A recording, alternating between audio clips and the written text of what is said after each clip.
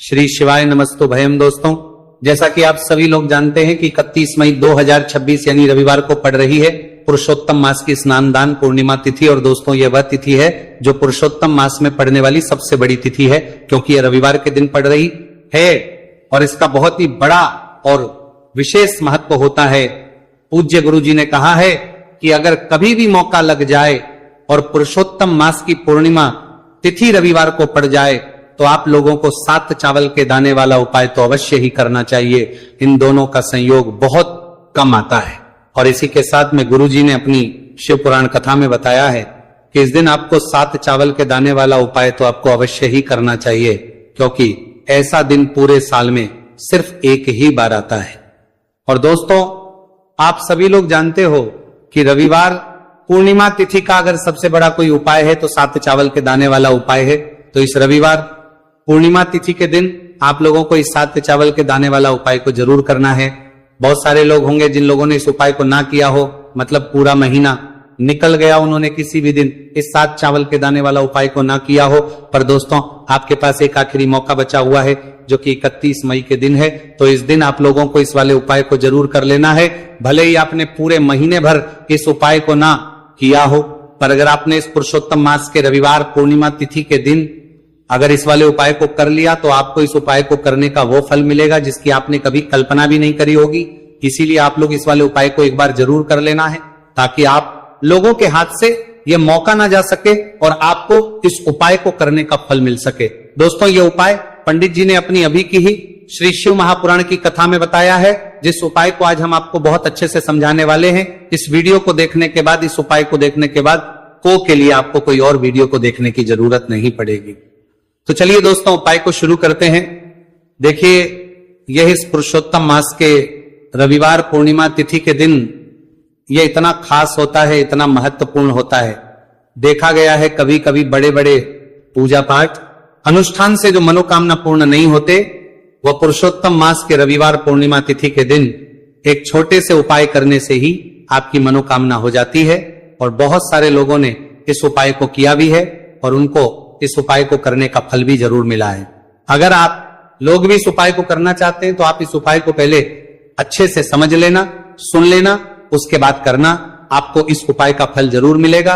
और इस उपाय को कर लेने से आपके घर में चाहे किसी भी प्रकार की दुहक और समस्या क्यों ना चल रही हो, आपको उसका कारण भी नहीं पता है कि भाई यह समस्या किस कारण से चल रही है। कुछ भी कारण हो सकता है, जैसे पितृदोष हो सकता है या किसी भी तरह का मंगल दोष भी हो सकता है। तो इस दिन आप लोगों को ये वाला उपाय कर लेना है। ये एक ऐसा उपाय है जिस उपाय को अगर किसी विशेष दिन पर किया जाए तो भाई उस विशेष दिन का जो है वो तो हमें मिलता ही मिलता है, पर हमने उस दिन पर इस उपाय को किया है तो हमें उससे भी बड़ा फल मिलता है, और फल बहुत जल्दी मिलता है, क्योंकि आप इस उपाय को बहुत ही बड़े और विशेष दिन पर कर रहे हो।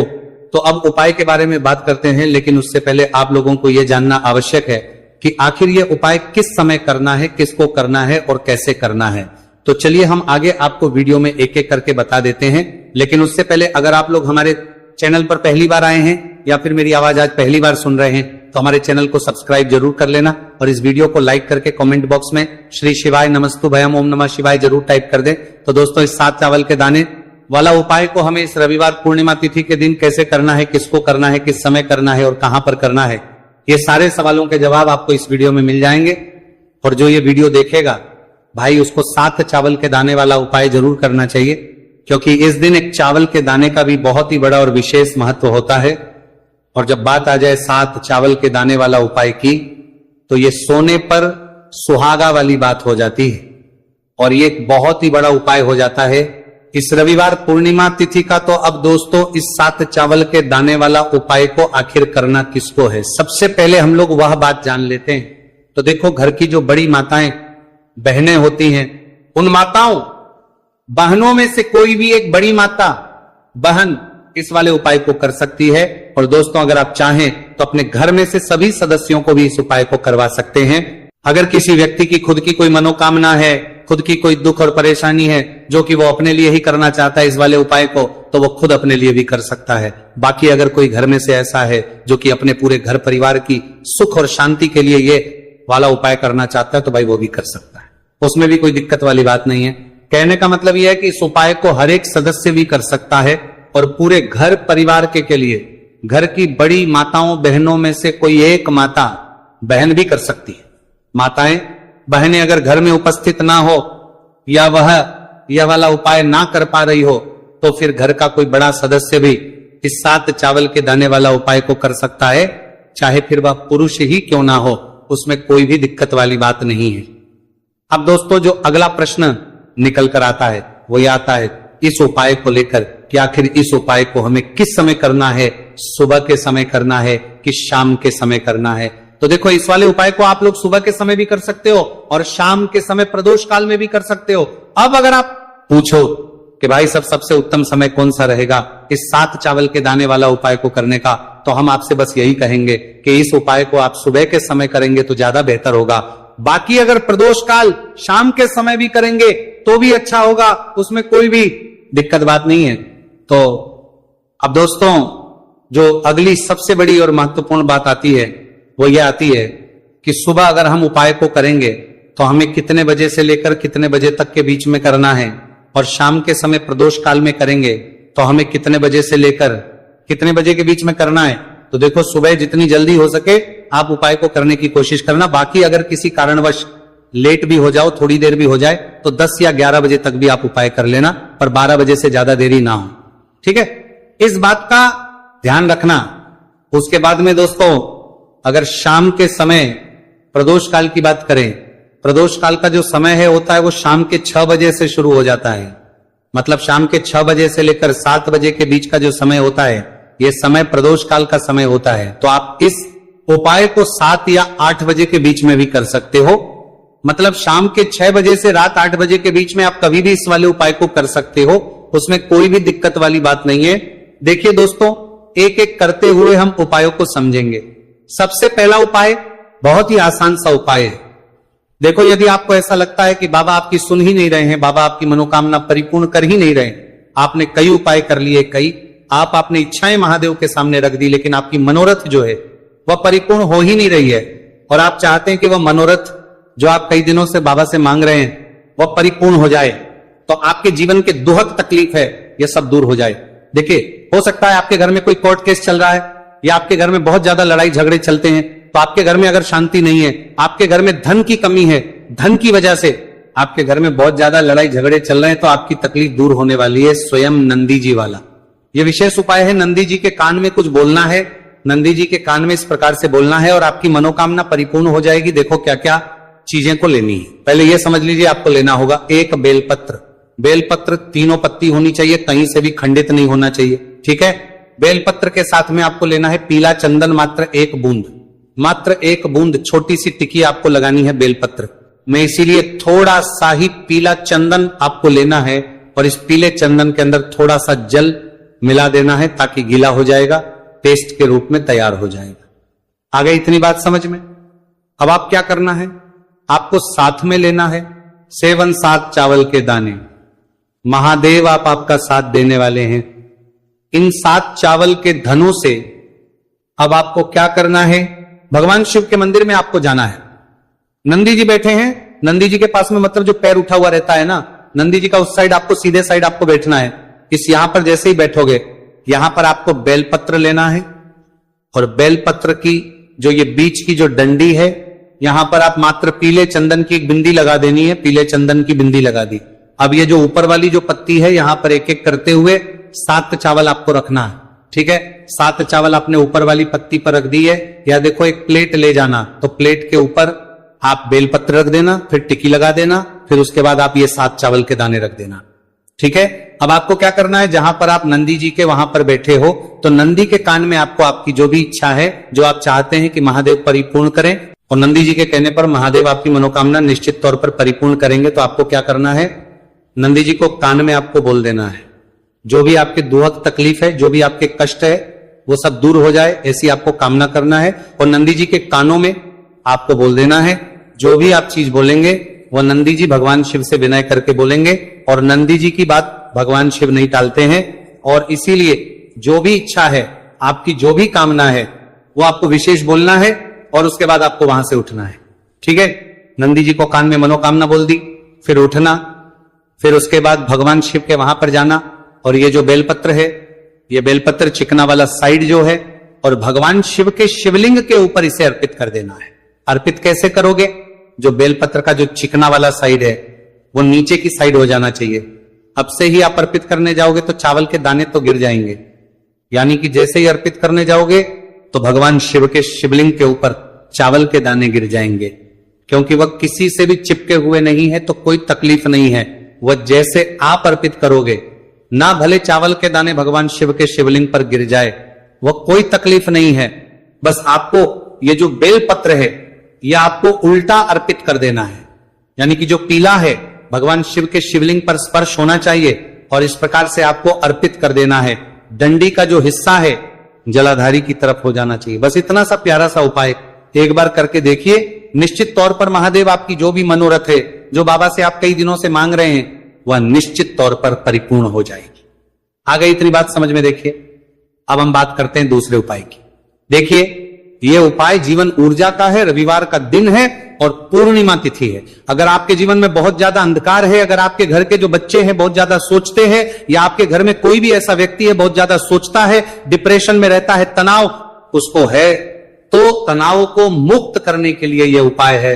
अगर उसके भाग्य में जीवन में तेज की प्राप्ति नहीं है, तेज यानी कि ऊर्जा नहीं है, उदासी रहती है जीवन में, आलस है, तो फिर उस व्यक्ति को यह उपाय करना चाहिए। कोई काम करता भी है तो उसमें सफल नहीं हो पा रहा है, तो विशेष ये व्यक्ति विशेष ये उपाय उसी व्यक्ति को करना है। देखो इस उपाय के लिए आपको क्या क्या सामग्री लेना होगी। सबसे पहले तांबे का एक पात्र लेना, उसके अंदर घर से आपको जल भरना है। अब इसी जल के अंदर आपको लाल चंदन डालना है। एक चुटकी डालें, थोड़ा ज्यादा डालें, जितना आपको डालना है आप डालें।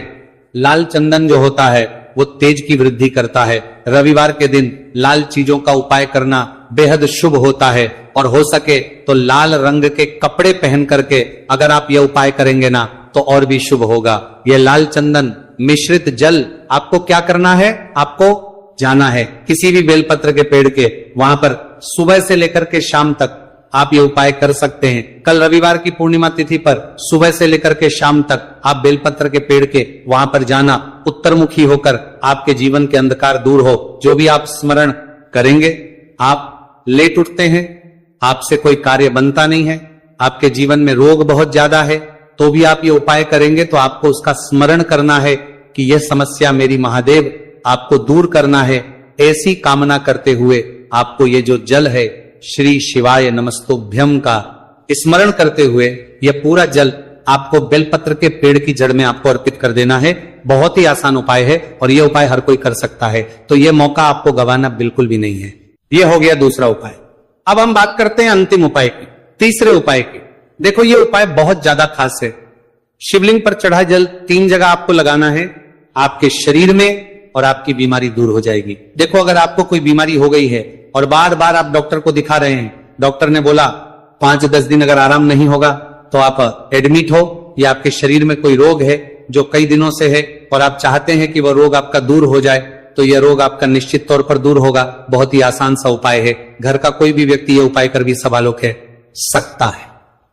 यह रोगी व्यक्ति भी यह उपाय कर सकता है। मात्र तांबे के पात्र के अंदर 1 लोटा जल लेना है और आपको आज के दिन यानी कि रविवार की पूर्णिमा तिथि के दिन आपको जाना है भगवान शिव के मंदिर में। और अब आपको क्या करना, इस उपाय को समझना।